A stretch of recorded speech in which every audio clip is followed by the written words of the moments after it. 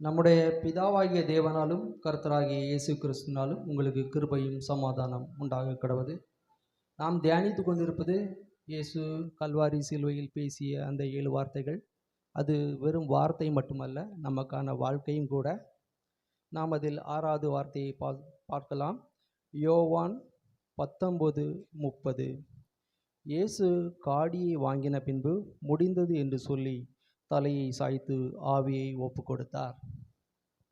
இந்த வார்த்தையை தியானிக்கிறதுக்கு முன்னாடி கொஞ்சம் இயேசு கல்வாரி சிலுவையில் மரிக்கிறதுலேருந்து இந்த வார்த்தையை பேசின ஒரு 4-5 நிமிஷத்துக்குள்ளே அவர் 7வது வார்த்தையும் பேசி மரிக்க போகிறாருன்னா, இதிலிருந்து ஒரு 17 மணி நேரம் கெத்செமனே தோட்டத்தில் அவர் கைது செய்யப்பட்டதிலிருந்து கல்வாரி சிலுவையில் அவர் இந்த வார்த்தையை பேசின நிமிடங்கள் வரை ஒரு ஷார்ட்டாக கொஞ்சம் சின்னதாக பார்த்துடலாம்.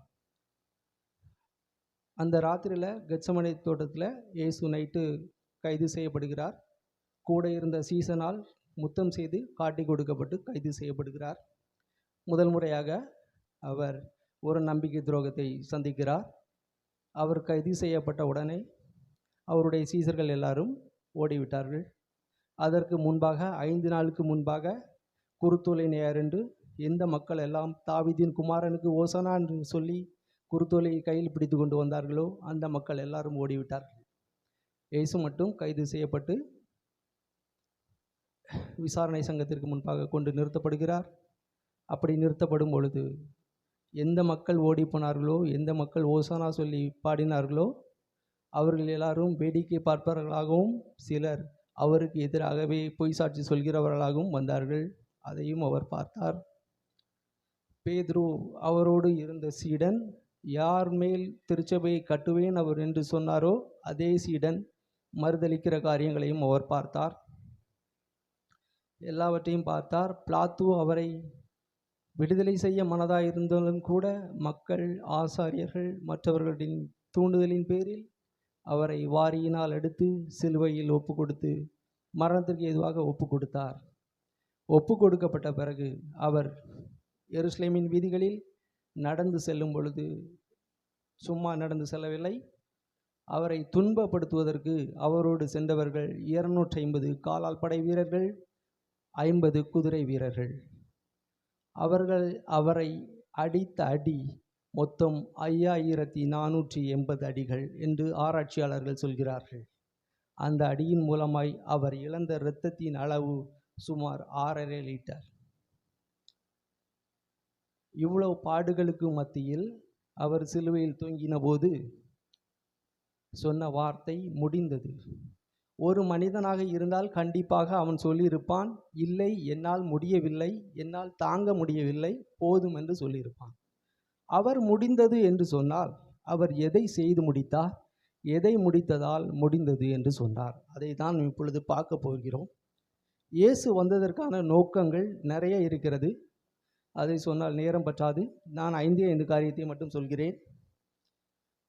அவர் பாவிகளை இரட்சிக்க வந்தார், ஊழியம் செய்ய வந்தார், பிதாவின் சித்தத்தை செய்ய வந்தார், நித்திய ஜீவனை அடையும்படிக்கு வந்தார், பிசாசினுடைய கிரியைகளை அழிக்கும்படிக்கு வந்தார். பாவிகளை இரட்சிக்க வந்தார். எதற்காக அவர் பாவிகளை இரட்சிக்க வந்தார்? எப்படி இரட்சிக்க வந்தார்? வேதத்தில் அவர் பாவிகளை இரட்சிக்க வந்தார் என்று எங்கே கூறியிருக்கிறது?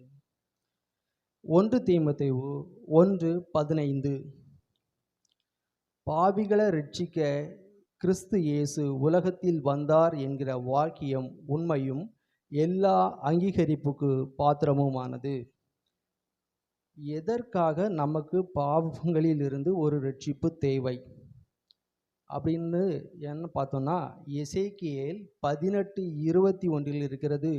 துன்மார்க்கன் தான் செய்த எல்லா பாவங்களையும் விட்டு திரும்பி என் கட்டளைகளை எல்லாம் கை கொண்டு நியாயத்தையும் நீதியும் செய்வானாகில் அவன் பிழைக்கவே பிழைப்பான், அவன் சாவதில்லை.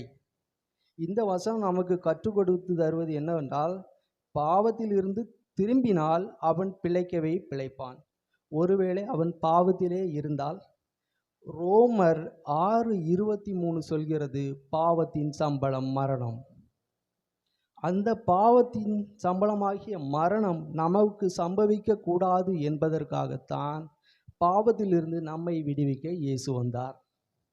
இயேசு பிறப்பிற்கான காரணமாக தூதன் முதல் முறையாக சொல்லும் பொழுது, யோசேப்பினிடத்தில் சொல்லும் பொழுது, மத்தேயு 1:21 அவள் ஒரு குமாரனை பெறுவாள், அவருக்கு இயேசு என்று பெயரிடுவாயாக, ஏனெனில் அவர் தமது ஜனங்களின் பாவங்களை நீக்கி அவர்களை இரட்சிப்பார் என்றான். இயேசு பிறப்பதற்கு முன்பே பாவ மன்னிப்பு மக்களுக்கு இருந்ததா? அந்த பாவ மன்னிப்புக்காக அந்த மக்கள் என்ன செய்தார்கள் அப்படின்னு பார்த்தா, எபிரேயர் 10:4 கூறுகிறது, அல்லாமலும் காளை, வெள்ளாட்டுக்கிடா இவைகளுடைய இரத்தம் பாவங்களை நிவர்த்தி செய்யாது. அப்போ அவங்க செய்துட்டு இருந்த ஒரே பாவ நிவாரணம் காளைகளையும் வெள்ளாட்டுக்கடாக்களையும் பலியிடுவது. அது பாவ நிவர்த்தி செய்யாது. அப்படியானால் யாருடைய இரத்தம் தான் பாவத்தை நிவர்த்தி செய்யும்? 1 யோவான் 1:7 அவர் ஒளியில் இருக்கிறது போல நாமும் ஒளியில் நடந்தால் ஒருவரோடு ஒருவர் ஐக்கியப்பட்டிருப்போம். அவருடைய குமாரனாகிய இயேசு கிறிஸ்துவின் இரத்தம் சகல பாவங்களையும் நீக்கி நம்மை சுத்திகரிக்கும். இயேசுவால் மட்டும்தான் பாவங்களை நீக்கி சுத்திகரிக்க முடியுமா? ஏன்? 1 யோவான் 3:5 அவர் நம்முடைய பாவங்களை சுமந்து தீர்க்க வெளிப்பட்டார் என்று அறிவீர்கள், அவரிடத்தில் பாவம் இல்லை. அப்படியானால் பாவம் செய்யாத ஒருவர் நம்முடைய பாவங்களுக்காக சிலுவையில் இரத்தம் சிந்தி மரிக்கும் பொழுது மட்டும்தான் நம்முடைய பாவங்கள் இரட்சிக்கப்படும். அவர் நமக்காக எதுக்கு பாவத்திலிருந்து இரட்சிப்பை தர வேண்டும்? 1 யோவான் 4:10 நாம் தேவனிடத்தில் அன்பு கூறுகிறதினால் அல்ல, அவர் நம்மிடத்தில் அன்பு கூர்ந்து நம்முடைய பாவங்களை நிவர்த்தி செய்கிற கிருபாதார பலியாக தம்முடைய குமாரனை அனுப்பினதாலே அன்பு உண்டாயிருக்கிறது. இதிலிருந்து நம்மளுக்கு தெரிகிறது இயேசு நம்மேல் எவ்வளோ அன்பாயிருந்தார். அந்த அன்பின் காரணமாக தம்முடைய கடைசி சொட்டு இரத்தத்தையும் நமக்காக சிந்தி நம்மளுடைய பாவத்திலிருந்து நம்மளுக்கு விடுதலை பெற்றுத்தர வேண்டும் என்று உறுதியாயிருந்தார். 2வது, ஊழியம் செய்ய வந்தார். அவர் ஊழியம் செய்ய வந்ததாக வேதத்தில் எங்கே கூறுகிறார்?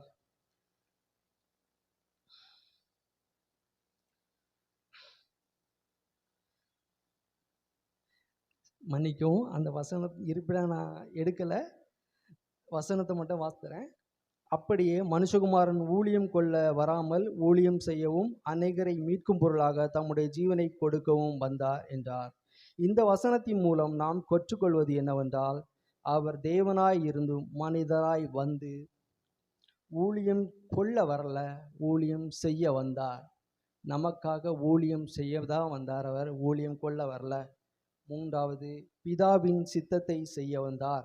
அவர் பிதாவின் சித்தத்தை செய்ய வந்ததாக வேதத்தில் அவர் எங்கே கூறுகிறார்? யோவான் 6:38 என் சித்தத்தின்படி அல்ல, என்னை அனுப்பினவருடைய சித்தத்தின்படி செய்ய நான் வானத்தில் இருந்து இறங்கி வந்தேன். பிதாவின் சித்தப்படி செய்வது மட்டுமல்ல, பிதாவின் சித்தத்தை அவர் எப்படி செய்வதாக கூறுகிறார்னு பார்த்தா, யோவான் 4:34 இயேசு அவர்களை நோக்கி, நான் என்னை அனுப்பினவருடைய சித்தத்தின்படி செய்வது அவருடைய கிரியைகளை முடிப்பதுமே என்னுடைய போஜனமாய் இருக்கிறது. பிதாவின் சித்தத்தை செய்வதும் அவருடைய கிரியையை முடிப்பது மட்டுமே அவருடைய போஜனமாய் இருக்கிறது. இயேசு நமக்காக ஒவ்வொரு காரியத்திலும் மாதிரியை கற்றுத்தருகிறார். பிதாவின் சித்தப்படி செய்வதிலிருந்து அவர் நமக்கு என்ன மாதிரியை கற்றுத்தருகிறார் என்றால், மத்தேயு 12:50 பரலோகத்தில் இருக்கிற என் பிதாவின் சித்தப்படி செய்கிறவன் எவனோ அவன் எனக்கு சகோதரனும் சகோதரியும் தாயுமாய் இருக்கிறார்கள் என்றார். பிதாவின் சித்தப்படி செய்கிற நாம் யாராக இருந்தாலும் அவருக்கு சகோதரனும் சகோதரிகளுமாய் இருக்கிறோம். 4வது, நித்திய ஜீவனை அடையும்படிக்கு வந்தார். யோவான் 3:16 தேவன் தம்முடைய ஒரே பேரான குமாரனை விசுவாசிக்கிறவன் எவனோ அவன் கெட்டு போகாமல் நித்திய ஜீவனை அடையும்படிக்கு அவரை தந்தருளி இவ்வளவாய் உலகத்தில் அன்பு கூர்ந்தார். நித்திய ஜீவன் என்பது என்ன? நித்திய ஜீவன் என்பது நமக்கு ப்ரமோஷன். நம் வாழ்க்கையில் இருந்து இவ்வுலக வாழ்க்கையிலிருந்து பரலோக வாழ்க்கைக்கு நாம் செல்வதற்கான ப்ரமோஷன் தான் நித்திய ஜீவன். நித்திய ஜீவனை நமக்கு யோவான் 3:15 அவர் இப்படியாக சொல்கிறார், தன்னை விசுவாசிக்கிறவன் எவனோ அவன் கெட்டு போகாமல் நித்திய ஜீவனை அடையும்படிக்கு உயர்த்தப்பட வேண்டும். அந்த உயர்த்தப்படுதல் தான் நான் சொன்னேன், அந்த ப்ரமோஷன். நம்ம வாழ்க்கை இங்கே வாழ்ந்து கொண்டு இருக்கிற வாழ்க்கையிலிருந்து நித்திய வாழ்க்கைக்கான ப்ரமோஷன் கிடைச்சி போகணுன்னா, நம்ம உயர்த்தப்படணும்னா அந்த நித்திய ஜீவன் நம்மளுக்கு கிடைக்கணும். அந்த நித்திய ஜீவன் கிடைக்கணுங்கிறதுக்காண்டி தான் அவர் நம்மளுக்காக மரித்தார். நித்திய ஜீவனை பெற்றுக்கொள்வதற்கு என்ன வழி? யோவான் 6:40 குமாரனை கண்டு அவரிடத்தில் விசுவாசமாயிருக்கிறவன் எவனோ அவன் நித்திய ஜீவனை அடைவதும் நான் அவனை கடைசி நாளில் எழுப்புவதும் என்னை அனுப்பினவருடைய சித்தமாயிருக்கிறது என்றார். 5வது, பிசாசினுடைய கிரிகளை அழிக்கும்படிக்கு வந்தார்.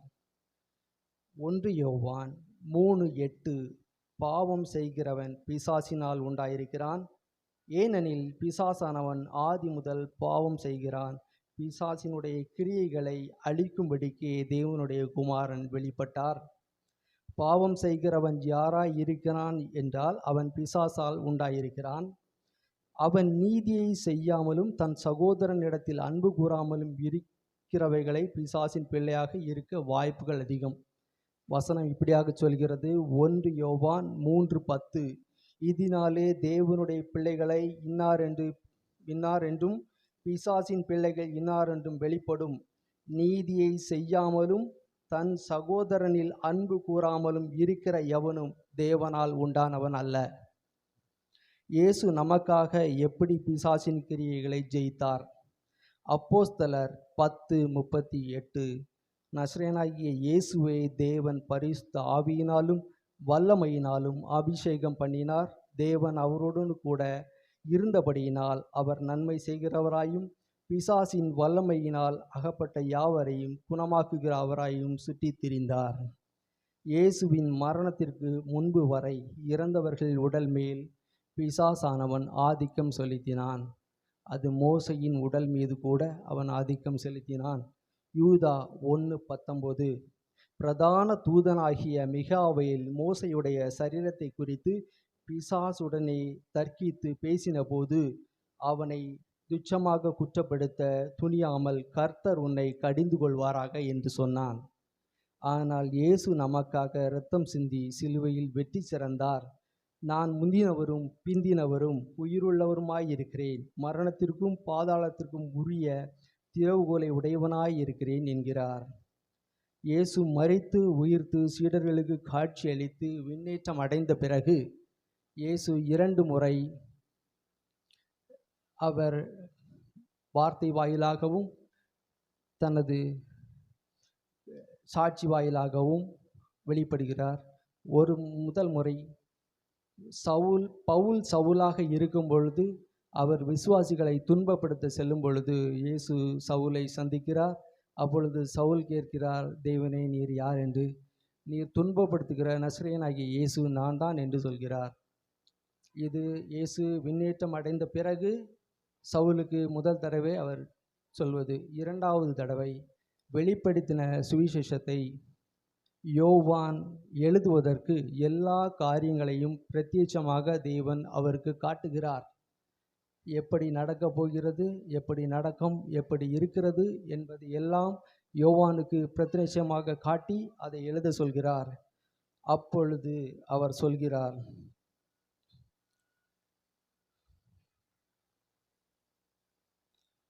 அதாவது வெளிப்படுத்தின விசேஷம் 1:12 அப்பொழுது என்னுடனே பேசின சத்தத்தை பார்க்க திரும்பின போது 7 பொன் குத்து விளக்குகளையும் அந்த 7 குத்து விளக்குகளின் மத்தியில் நிலையங்கி தரித்து மார்பருகே பொற்கச்சை கட்டியிருந்த மனுஷகுமாரன் கொப்பானவரையும் கண்டேன். அவருடைய சிரசு மயிரும் வெண்கல பஞ்சு போலவும் உறைந்த மலையைப் போலவும் வெண்மையாய் இருந்தது. அவருடைய கண்கள் அக்கினி ஜுவாலையைப் போல் இருந்தது. அவருடைய பாதங்கள் உலைக்களத்தில் காய்த்த பிரகாசமான வெண்கலம் போல் இருந்தது. அவருடைய சத்தம் பெருவெள்ளத்து இரைச்சல் போல் இருந்தது.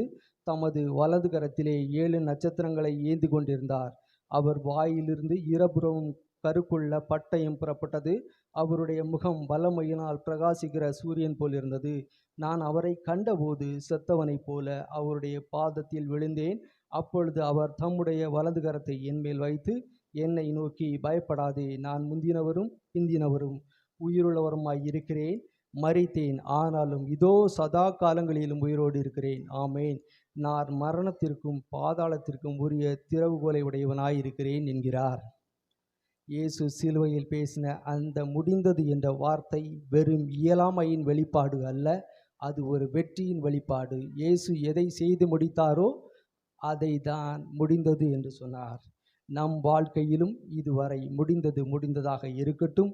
இனி நமக்கான வாழ்க்கை அது தேவனுக்கு ஏற்ற ஒரு வாழ்க்கையாக இருக்கட்டும். தேவன் தாமே ஆசீர்வதிப்பாராக. ஆமென்.